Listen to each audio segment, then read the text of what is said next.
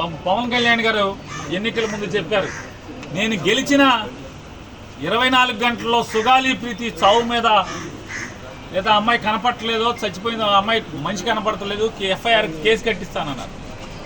100 రోజులైంది, ఏది సుగాలి ప్రీతి కేసు ఏమైంది?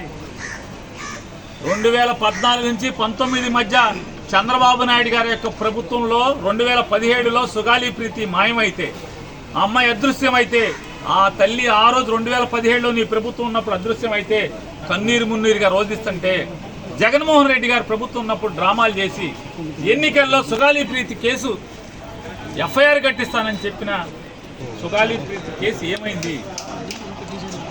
30,000 మంది ఆడపిల్లల్ని ఇంటికి తెస్తా అన్నారు. ఏ ఆడపిల్లని తీసుకొచ్చి ఎవరికి అప్పచెప్పారు? ఎన్నికల ముందు మాట్లాడారు కదా, జగన్మోహన్ రెడ్డి గారి ప్రభుత్వంలో 30,000 మంది ఆడపిల్లలు మిస్ అయిపోయారని, నేను వస్తే వాళ్ళందరినీ ఇంటికి తీసుకొస్తానని. 100 రోజులైన దాటినా కూడా మీకు ఆడపిల్లలు మేము దృష్టి కలగట్లేదా? ఆ రోజు మాటలు కనపడతలేదా?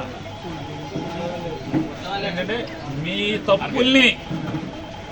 తప్పుల్ని మీ పాపాలని మీ మోసాలని ప్రశ్నిస్తూనే ఉంటాం.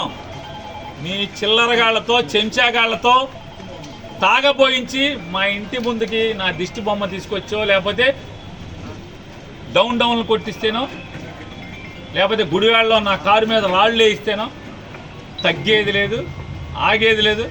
పవన్ కళ్యాణ్ గారికి గట్టి నీ చేతన అయితే, చిత్తశుద్ధి ఉంటే, నికార్సైన రాజకీయ నాయకుడు అయితే మంచిగా పరిపాలన చేయి. ప్రజలకు ఇచ్చిన మాటలు ఏమిచ్చారో ఆ మాటలు నిలబెట్టుకోండి, హామీలు నిలబెట్టండి, స్టీల్ ప్లాంట్ని కాపాడండి, రైల్వే జోన్ తీసుకురండి, ఇట్లాంటి బోళ్ళని చేయండి.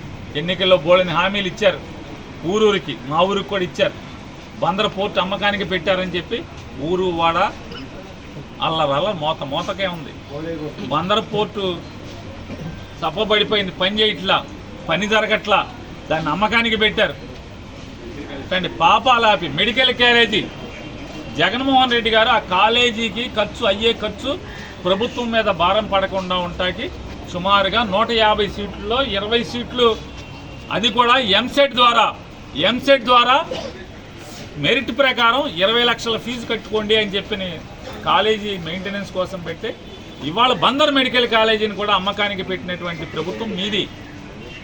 అంటే ఒక ప్రభుత్వ మెడికల్ కాలేజీని ప్రైవేట్ వాళ్ళకి అమ్మకానికి పెట్టి ఆ రోజు జగన్ గారు 20 లక్షల ఫీజు కట్టండి అంటే మీరు అంటే ఆ రోజు ఆక్షేపణగా మాట్లాడిన మీరు ఇవాళ 150 సీట్లలో 75 సీట్లు అమ్మకానికి పెట్టి, అంటే 2 కోట్లకి 3 కోట్లకి అమ్మకానికి పెట్టేలాగా ఒక ప్రైవేటు వ్యక్తులకి కాలేజీని బేరం పెట్టినటువంటి మీ ప్రభుత్వం. వాటిని సరిదిద్దండి, అట్లాంటి తప్పులు సరిదిద్దుకోండి. అంతేగాని లడ్డూలో ఏమీ లేకపోయినా కూడా తప్పుడు మాటలు. నెయ్యి అందుకున్నది మీ ప్రభుత్వం, నెయ్యిలో కలవలేదని మీ ఆఫీసర్ చెప్తాడు, కలిసిందని చంద్రబాబు చెప్తాడు, నువ్వు చెప్తావు, కలవలేదని చంద్రబాబు గారు కొడుకు చెప్తాడు, కలిసిందనేమో మీ ఆర్థిక మంత్రి చెప్తాడు.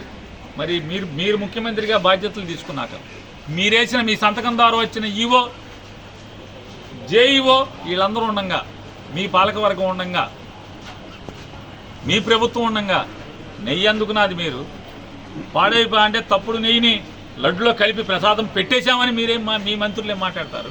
ఒకడు మాట కలపలేదంటాడు.